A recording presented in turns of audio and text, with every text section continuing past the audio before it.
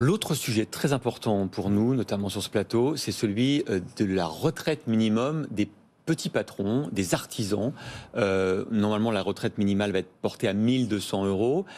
Vous souhaitez que ce soit accordé aussi, notamment à vos adhérents, hein, aux petits patrons. Est-ce que ça va l'être ?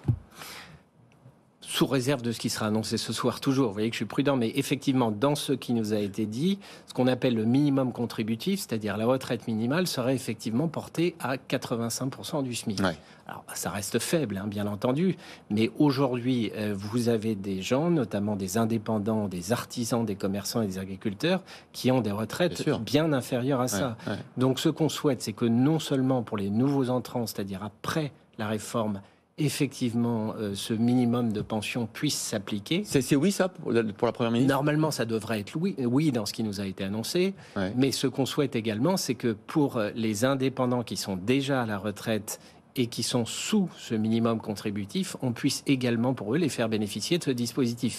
Et c'est un sujet sur lequel le MEDEF, par exemple, n'est pas d'accord. Dit là-dessus, si on prend à la fois le stock des retraités et les retraités actuels, l'équilibre financier ne fonctionne pas.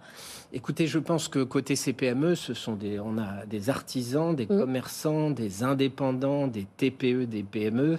Le MEDEF a peut-être plus un prisme tourné vers les grandes entreprises et donc à partir de là, ses priorités sont sans doute pas les mêmes. Vous dites c'est soutenable financièrement ? Nous, on considère que c'est soutenable, effectivement, à condition de bien regarder, à condition de regarder financièrement comment est-ce qu'on met sur la table les moyens nécessaires, mais on considère que oui, c'est faisable, et non seulement c'est faisable, mais encore une fois, c'est souhaitable. Vous savez, il y a une vraie difficulté aujourd'hui, c'est que la différence entre le minimum vieillesse, c'est-à-dire quelqu'un qui n'a jamais cotisé, et la pension minimale, avec quelqu'un qui a cotisé pendant 42 ans, le différentiel entre les deux, il est extrêmement faible. Et ça, c'est pas juste, tout simplement.